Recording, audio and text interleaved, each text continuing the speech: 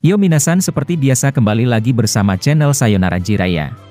Video ini merupakan lanjutan dari pembahasan kita yang kemarin mengenai pertarungan 3 arah antara Kawaki, Kode, maupun seorang Boruto. Serta sebuah tujuan mulia sang pemeran utama untuk menyelamatkan orang tuanya yang saat ini disegel oleh Kawaki. Dan juga, dia harus mengharumkan kembali namanya setelah difitnah habis-habisan oleh Kawaki maupun seorang Eida. Jika kalian ingin menonton lanjutan dari pembahasan ini, pastikan untuk mengecek video part 1-13 sebelumnya agar kalian dapat memahami jalan cerita yang telah admin susun dengan rapi. Tapi sebelum itu, seperti biasa gunakan headset untuk menonton video ini agar suaranya terdengar lebih jernih dan jelas. Jadi gak usah banyak basa-basi lagi dan mari langsung saja kita bahas bersama-sama tema hari ini.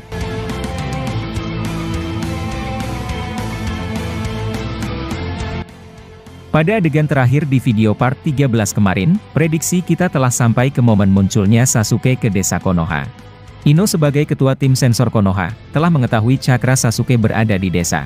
Dan sekarang, mari kita lanjut ke pembahasan video part ke-14 ini. Adegan pertama, dimulai dengan terkejutnya Shikamaru mendengar kedatangan Sasuke ke desa Konoha. Dia melaporkan hal ini pada Kawaki dan Kawaki memberitahukan kepada Boruto tentang Sasuke. Boruto yang sedang bersama Kawaki, ikut terkejut bahwa rencana penyusupan gurunya, ternyata diketahui juga oleh Konoha. Mau tidak mau bahwa Sasuke, harus menampakkan dirinya kepada mereka. Adegan beralih ke Momoshiki, yang kemudian berbicara kepada Boruto. Aku sudah tahu bahwa pada akhirnya, dia akan ketahuan juga oleh tim sensor Konoha. Rencana kalian memang sangat bagus akan tetapi, mereka tak mungkin tidak mempersiapkan diri dari jauh-jauh hari. Kau adalah buronan nomor 1 Boruto dan itu merupakan tema penting bagi mereka untuk selalu diperhatikan. Mereka tidak akan melonggarkan penjagaan ketat dari luar maupun dalam desa ini. Tapi jika sudah seperti ini, apa yang akan kau lakukan Boruto? Boruto kemudian menjawab dengan berkata, kita hanya harus meyakinkan mereka dengan mengatasi Kawaki atau Eida terlebih dahulu. Tapi, aku percaya bahwa itu tak akan mudah apalagi saat ini, fokus kita sedang terbagi. Lalu, adegan beralih ke Ino, yang menyuruh Shikamaru untuk segera menemui Sasuke. Shikamaru kemudian pergi dan ditemani oleh beberapa pasukan khusus miliknya. Di sisi yang berbeda, Boruto ingin pergi ke tempat Sasuke namun, Kawaki menghalangi jalannya dan tak mengizinkan Boruto masuk jauh ke desa.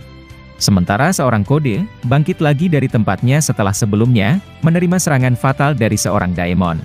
Dengan wajah emosi Kode kemudian berkata, bangsat, tidak semestinya aku terpuruk seperti ini. Aku telah lama menyusun rencana ini dan berharap sesuatu yang berbeda ku dapatkan di sini.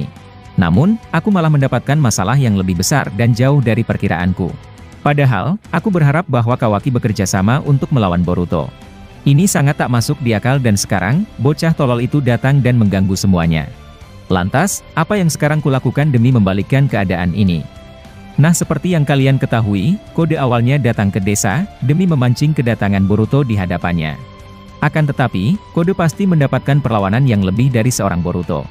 Pasti Mitsuki, Sarada, Kawaki, maupun orang-orang lainnya, tak akan membiarkan Kode ataupun Boruto bisa bebas datang dan membuat kerusakan.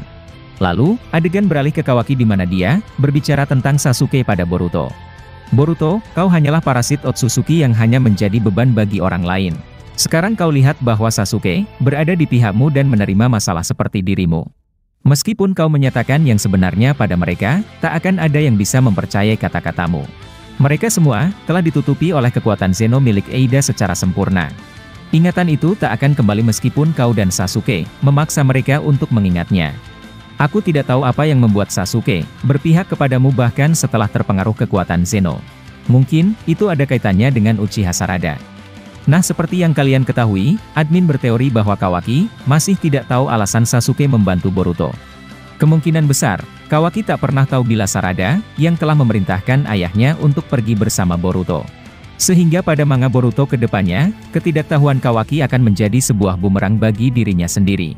Bukan hanya Kawaki, Eida yang merupakan pengguna Zeno pun, tidak sadar bila Sarada tak terpengaruh Zeno. Nah jadi, ketika kedepannya jika Sasuke benar akan muncul, maka Kawaki benar-benar akan penasaran terhadap Sasuke. Dia pasti mencari tahu alasan yang sebenarnya darinya, tentang mengapa dia membantu Boruto.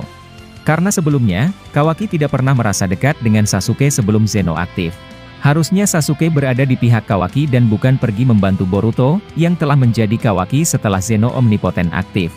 Dan sekali lagi bahwa kedatangan Sasuke ke Konoha, merupakan prediksi admin dan kami, cukup percaya bahwa Sasuke tidak mati seperti yang orang-orang katakan. Nah, adegan kemudian memperlihatkan seorang Shikamaru, telah sampai ke tempat Ino berada. Dengan wajah tergesa-gesa Shikamaru kemudian berkata, kami telah sampai dan di mana letak keberadaan Sasuke. Ino lalu menjawab, sistem sensor kami mendeteksi bahwa dia, muncul di sekitar wilayah khusus milik Orochimaru. Ingat teman-teman bahwa ini, masih teori atau prediksi admin saja. Lalu, Shikamaru bertanya pada dirinya sendiri, mengenai apa tujuan Sasuke datang ke tempat Orochimaru.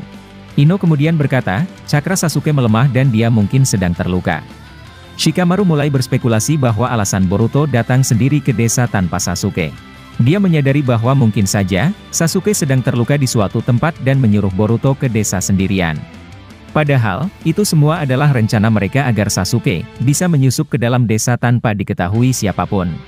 Dan alasan dia ke tempat Orochimaru adalah untuk meminta pengobatan dari sang Sannin itu. Shikamaru terus memikirkan suatu hal yang masuk di akal untuk memecahkan teka-teki mengenai Sasuke. Lalu, adegan beralih ke pertempuran Kakashi, Konohamaru, Sai, Hanabi, yang sedang menahan serangan dari Kashin Koji. Mereka kewalahan melawannya, yang sedang menggunakan teknik Sage mode miliknya.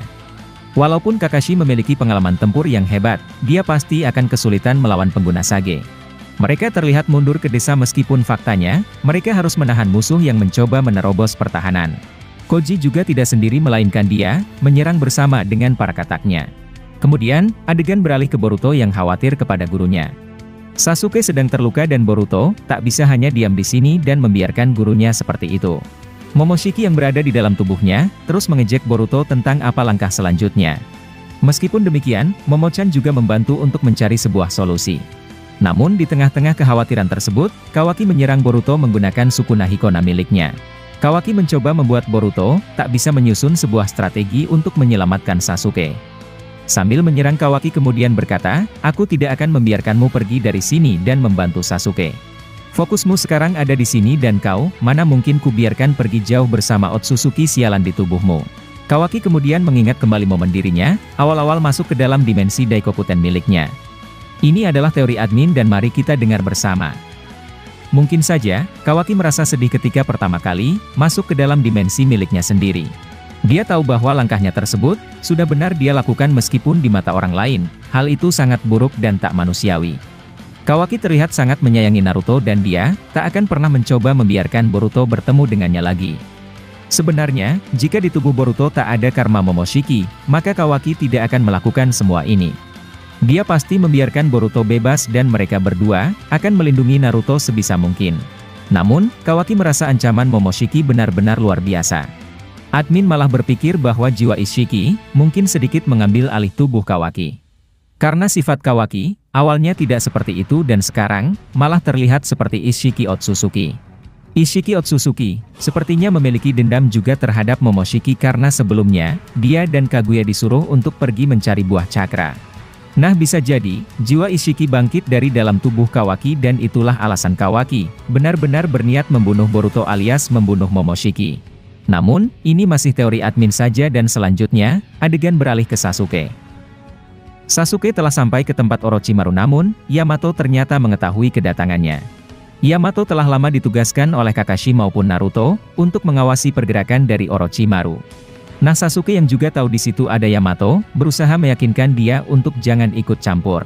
Akan tetapi, Yamato telah mendapatkan laporan dari Shikamaru bahwa Sasuke, berada di sekitar wilayah Orochimaru.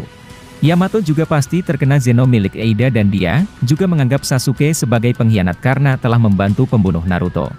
Nah dalam situasi genting seperti ini, Sasuke hanya berharap bahwa dia, tidak akan melukai teman sendiri. Dia selalu menahan dirinya, untuk tidak menyerang secara fisik kepada mereka. Sasuke kemudian mengaktifkan Mangekyo-nya, lalu mencoba membawa Yamato masuk ke dalam genjutsu. Akan tetapi, Shikamaru tiba dan membebaskan Yamato dari genjutsu Sasuke. Dengan wajah serius Shikamaru berkata, setelah 3 tahun di luar desa, kau akhirnya muncul juga di hadapan kami. Aku terkejut bahwa kau terluka dan itu, merupakan kesempatan bagi kami untuk menangkapmu Sasuke.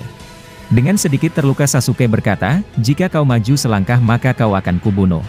Tapi sebelum itu terjadi, aku ingin menjelaskan hal penting kepada kalian semua. Shikamaru kemudian berkata, tidak ada yang perlu kita bicarakan dan aku kecewa bahwa kau telah membantu seorang pembunuh yang telah membunuh sahabatmu sendiri. Naruto adalah alasanmu untuk berubah menjadi seseorang yang baik. Dia bahkan melindungimu dari hukuman mati setelah Perang Dunia Shinobi keempat selesai. Dan sekarang, kau membalas perlakuannya seperti saat ini. Kau tidak akan kami maafkan. Sasuke dan aku akan mencoba melindungi desa seperti yang Naruto lakukan. Dengan wajah kesal Sasuke berkata dalam hatinya, mereka sudah tenggelam terlalu dalam oleh Zeno. Meskipun aku juga terpengaruh, tapi aku yakin pada apa yang dikatakan oleh Sarada. Nah itu tadi adegan terakhir pada video bagian ke-14 ini. Seperti itulah kemungkinan percakapan atau kejadian kedepannya dalam cerita manga Boruto. Meskipun ini masih prediksi dan spekulasi admin yang berbentuk alur cerita, tapi semoga ada yang benar dan terstruktur di dalam manga Boruto kedepannya. Dan berikutnya, kita akan membahas kisah selanjutnya pada video part ke-15 nanti. Masih banyak prediksi atau hal-hal yang akan terjadi ke depannya, yang bakalan kami bahas tuntas di channel ini. Dan jika kalian suka dengan pembahasan teori maupun fakta di channel kami, jangan lupa untuk selalu stay menunggu dan selalu berlangganan. Sampai jumpa di video selanjutnya dan salam Shinobi.